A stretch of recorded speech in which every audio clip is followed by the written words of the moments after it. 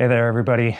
I don't really have any reasonable amount of time or setup here for doing an unboxing video, but I'm super excited about having this new lens and the forests around Juneau finally breaking free from winter and making the transition into spring. So I wanted to film my first impressions and have that out of the way so that I could start putting this lens to use out in the field. This is the first time I've ever purchased a Samyang lens, and even though I've worked with Nikon and Canon and Sony camera bodies over a long history with photography, I've actually only purchased one other third-party lens, and that was a 50mm macro lens from Sigma, and that lens had plenty of shortcomings compared to what I have been used to with first-party lenses from all three of the major camera companies. So let's get this thing open and see how it looks and feels.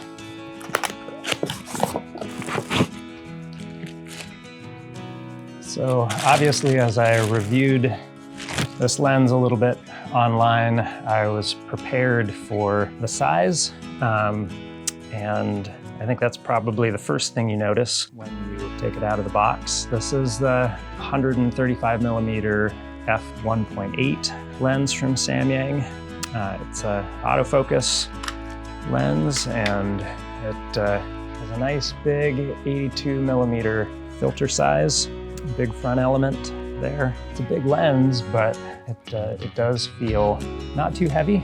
That's the size that we're dealing with the lens hood attached in the operating position. And obviously, I don't have anything to say yet about image quality or use on camera, but in the hands it feels nice.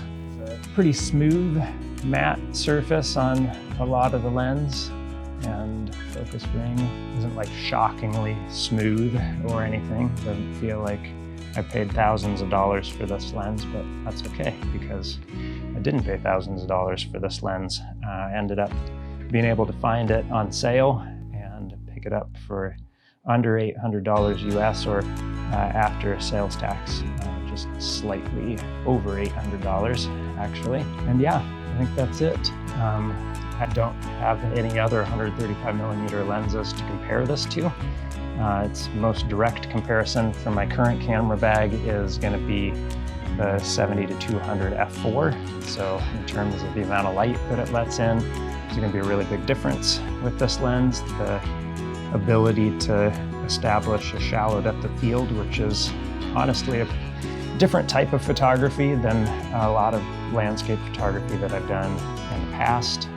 But I'm excited about it, being able to focus a little bit more on landscape portraiture of plants and trees, things like that. I won't really be able to say that I didn't make an attempt, at least, to be able to share some of my first thoughts, but they're not much. I'm just excited to get to use the lens. So thanks for watching, and we'll catch you next time. Peace.